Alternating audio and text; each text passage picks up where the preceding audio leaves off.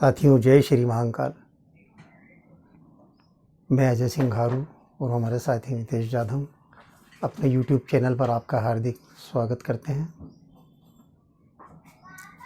साथियों, हम अपने चैनल पर राजनीतिक और सामाजिक विषयों पर हमेशा चर्चा करते रहते हैं और जब राजनीतिक विषय पर चर्चा करते हैं तो बहुत से ऐसे पात्र हैं जिनकी चर्चा स्वतः सामने आती है। कुछ ऐसे नेता जो राजनीति को रंगमंच भी समझते हैं। कई दफ़ा उनकी बातों से ऐसा लगता है कि ये रंगमंच पर नाटक कर रहे हैं। जी हाँ, हम बात कर रहे हैं हमारे देश के प्रधानमंत्री नरेंद्र मोदी जी के बारे में। पता नहीं, कोई एक साधारण से व्यक्ति ने उनके बारे में कुछ ऐसी टिप्पणी की थी, कब्र खोद देने जैसी कुछ बात कही थी। तो 140 करोड़ लोगों में अगर कोई छोटी बुद्धि का व्यक्ति ऐसी बात करता है तो जो बड़ी सोच के लोग होते हैं, बड़ों पदों पर बैठे हुए लोग होते हैं, वो उसकी अनदेखी कर देते हैं। मगर यहाँ तो मैंने कुछ ऐसा देखा है कि हमारे देश के प्रधानमंत्री कोई छोटी सी बात को भी पकड़कर बहुत बड़ा मुद्दा बना देते हैं। अरे, इन्होंने तो मेरी कब्र खोदने की बात कर दी। तो हमारे साथी अभी चुनावी माहौल में कुछ युवाओं के साथ चर्चा करने हम लोग गए। ऐसे ही हमने हमारे साथियों से चर्चा की, युवा साथियों से।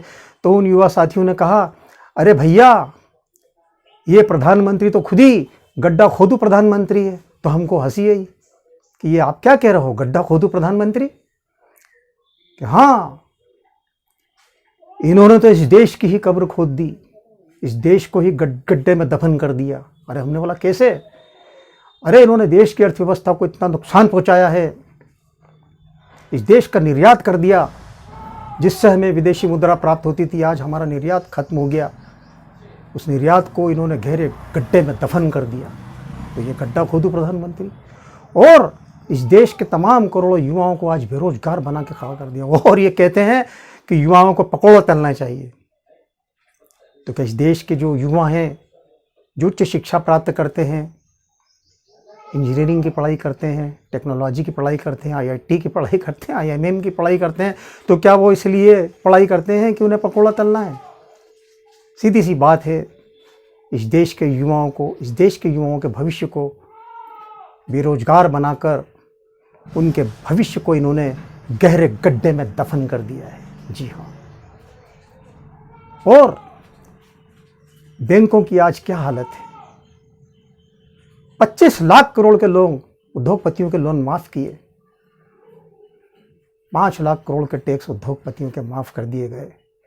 जिस तरीके से बैंकों को चूना लगाया गया है साथियों, करोड़ों अरबों रुपए लोन दिलवा कर अपने साथियों को विदेश भगवा दिया। इस प्रधानमंत्री ने इस देश को गहरे गड्ढे में दफन कर दिया। क्योंकि हम बैंकों को इस देश की अर्थव्यवस्था की रीढ़ मानते हैं, उन्हीं बैंकों को आपने गड्ढे में दफन कर दिया। उद्योग धंधे, अर्थव्यवस्था को जो नुकसान पहुंचाया है, अर्थव्यवस्था को गहरे गड्ढे में दफन कर दिया। और सामाजिक समरसता की पहचान रखने वाला ये देश, अनेकता में एकता जो इस देश की पहचान है, उस हिंदू मुस्लिम एकता को इन्होंने समाप्त कर दिया। हिंदू मुस्लिम एकता को इन्होंने गहरे गड्ढे में दफन कर दिया। और गहरे गड्ढे में क्या दफन कर दिया? सामाजिक एकता को इन्होंने जलाकर राख कर दिया। जो हमारे युवा सुनहरी भविष्य के सपने देखा करते थे, उनके सुनहरी सपनों को, भविष्य को इन्होंने समाप्त कर दिया। युवाओं के सुनहरे भविष्य को गहरे गड्ढे में दफन कर दिया। इसलिए वो युवा कहते हैं कि ये तो गड्ढा खोदू प्रधानमंत्री हैं।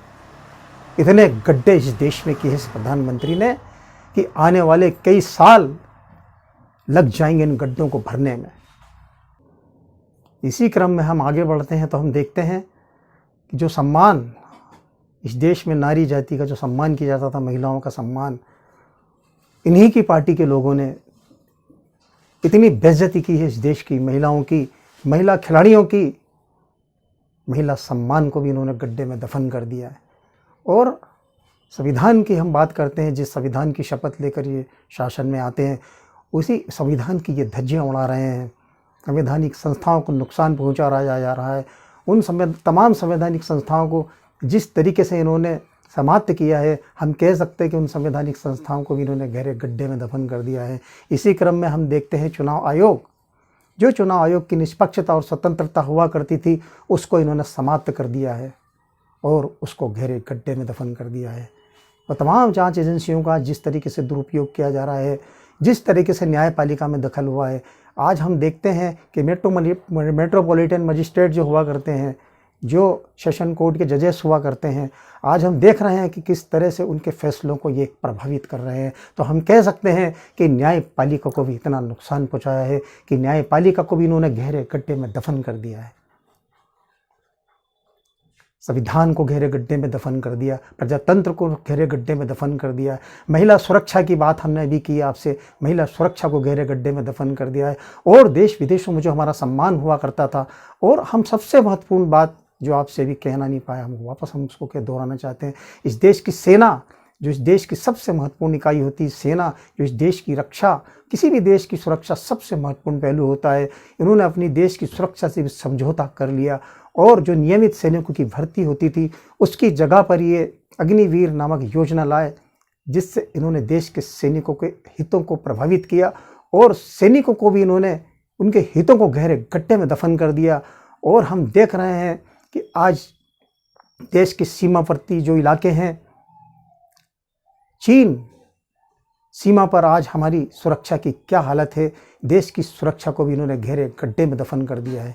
साथियों, कोई भी सरकार आती है, उसका पहला जो कर्तव्य और फर्ज होता है वो देश की सुरक्षा को करना होता है।